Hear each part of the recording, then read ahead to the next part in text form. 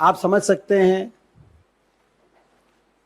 कि कल जो हमारी बेटियां, हमारे खिलाड़ी अपने मेडल लेकर हरिद्वार पहुंचे, उनके दिलों में, उनके मन में कितना दुख होगा, कितनी टीस होगी। ये मेडल किसी भी खिलाड़ी के लिए उसकी प्राण के समान है। ये उसकी प्रतिभा, तप के प्रतीक हैं, उसके परिवार के त्याग के प्रतीक हैं, देश के गौरव का प्रतीक हैं। इन मेडल्स में उन खिलाड़ियों के अखाड़ों की मिट्टी की सुगंध आती है, उनकी पसीने की खुशबू इन मेडल्स में से आती। और इन मेडल्स को बहाना किसी भी खिलाड़ी के लिए अपने प्राण त्यागने से कम नहीं। ऐसा दुखद उनका सरकार, कैसी सरकार होगी जिसने उनको मजबूर कर दिया ये सोचने पे।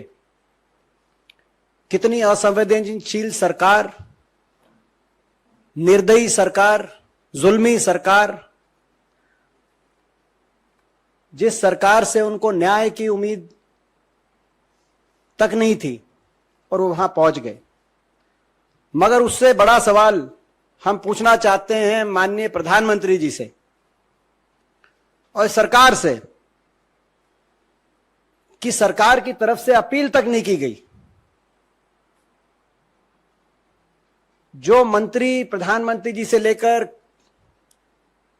खेल मंत्री तक जो मेडल आते थे तो इनके साथ तस्वीर खिंचाने के लिए एक के बाद एक लाइन लगा देते थे, वो आज अपील तक नहीं करी उन्होंने।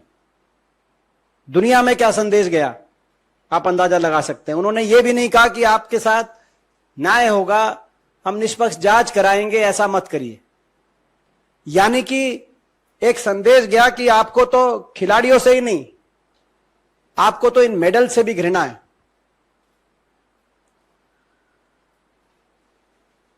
मैं पूछना चाहता हूं इस सरकार से, आप यूनिफॉर्म सिविल कोड की बात करते हैं, क्या वो यूनिफॉर्म सिविल कोड भाजपा के सांसदों और नेताओं पे लागू नहीं है या नहीं होगा? क्या उनके लिए अलग कानून है इस देश में, बाकी लोगों के लिए अलग कानून है? क्या कारण है कि सरकार एक ऐसे आरोपी को, जिसपे साथ साथ हमारी बेटियों ने इस तरह का ऐसे गंभीर आरोप लगे हों, पूरी सरकार भारतीय जनता पार्टी ऐसे आरोपी को बचाने के लिए अपनी पूरी मशीनरी झोंक रही हो? क्या कारण है कि यह केवल पहला उदाहरण भी नहीं है। भाजपा की इस तरह के चाल चलित चेहरे को हमने पहले भी देखा। हरियाणा के हमारे खेल मंत्री संदीप सिंह, उन पे इस तरह के आरोप लगे हुए हैं, लेकिन वो आज भी कैबिनेट में। और जब भी कभी कोई बात देश में इस तरह की आती है, हाथरस की बात हो, कठुआ की बात हो, हरियाणा में मंत्री संदीप सिंह पे लगे आरोपों की बात हो, या अभी बृजभूषण सांसद पे बात हो, क्यों एक पार्टी ऐसे आरोपियों को बचाने के लिए, का बचाव करने के लिए, एक राजनीतिक दल, नारा था इनका बेटी बचाओ बेटी पढ़ाओ, अब वो नारा खोखला सुनाई दे रहा है। और वो नारा अब लगता है कि नारे की परिभाषा अब हो गई है कि बेटी बचाओ और बेटी भाजपा के नेताओं से बचाओ। क्योंकि यदि अगर भाजपा के किसी नेता पे, पदाधिकारी पे गंभीर आरोप लगेंगे किसी बेटी के साथ कोई गलत हरकत करने के, तो सरकार उन बेटियों को न्याय नहीं दिलवाएगी, सरकार उन बेटियों की नहीं सुनेगी।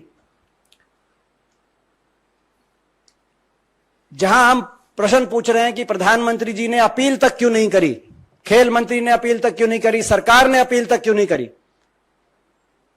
वहां दूसरा पहलू यह है कि जो आरोपी है बृजभूषण सांसद, भाजपा सांसद, उनका एक बयान आया कि ये मेडल तो 15 रुपए में मिल जाते हैं, 15 रुपए में। अगर ऐसा है तो ये देश और कांग्रेस पार्टी जितने वो कहेंगे हम उतने रुपए उनको दे देते हैं, तैयार हैं, वो मेडल खरीद के दिखाए, ओलंपिक के मेडल। क्या कारण है कि आज देश की आजादी से अब तक 23 इंडिविजुअल मेडल आए, देश के 23 इंडिविजुअल मेडल। इन 23 इंडिविजुअल मेडल में से 11 अकेले हरियाणा प्रदेश के मेडल हैं। आज आप बेटियों के न्याय दिलाने के प्रश्न को राजनीतिक, प्रादेशिक, धर्म, जाति की परिभाषा से, दृष्टि से के आधार पर देख रहे हैं।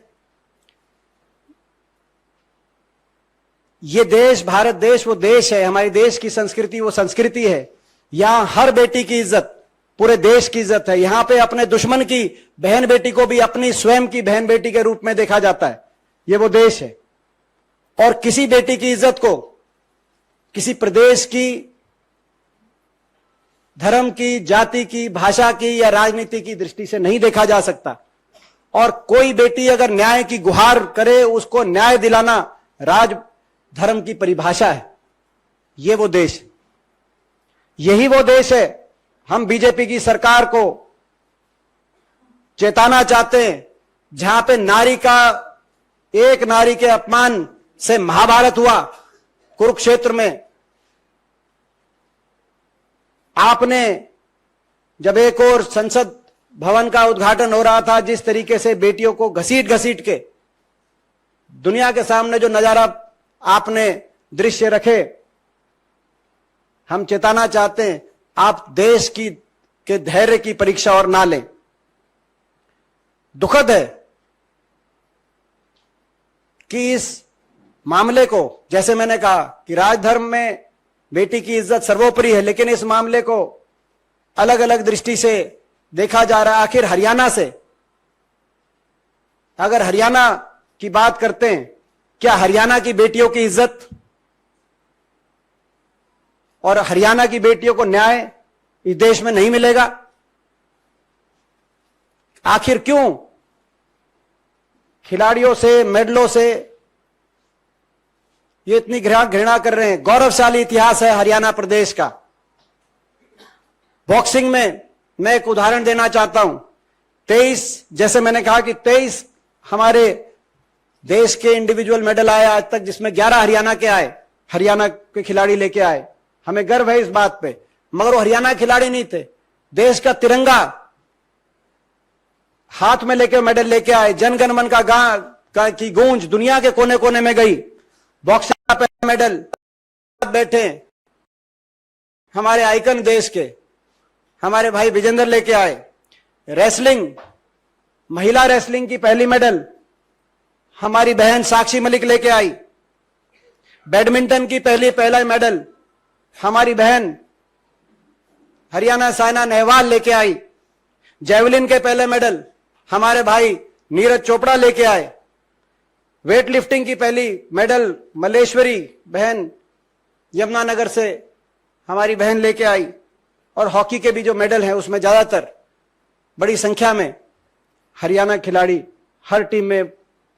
और मैं इनको भी बताना चाहता हूं, ये जो खेलो इंडिया का ढोल पीट रहे हैं, 2 ओलंपिक खेल हुए हैं इनके शासनकाल में, 2016 में और 2020 में। 2 ओलंपिक खेलों में 8 इंडिविजुअल मेडल आए हैं। 8 में से 4 अकेले हरियाणा के खिलाड़ी लेके आए हैं। और जिसमें से 3 कुश्ती के खिलाड़ी, कुश्ती खेल से संबंधित हैं। अगर आप इनको कुछ मान ही नहीं रहे तो आपका तो खेलो इंडिया और जो आप मेडल्स के लिए ढोल बजा रहे हो, वो तो सारे नारे आज धरे के धरे रह गए। देश के दिल में बहुत दर्द है कि प्रधानमंत्री जी ने अपील तक करना ठीक नहीं समझा। ये कह सकते थे कि निष्पक्ष जांच होगी और न्याय मिलेगा। आप मेडल्स को यूं गंगा में बहाने के बारे में मत सोचिए। आप भी देश की बेटी हो, मगर इतने भी शब्द प्रधानमंत्री जी, खेल मंत्री जी या बीजेपी के किसी प्रवक्ता के मुंह से भी नहीं आए। यह अहंकार है, यह अहंकार की परिभाषा है।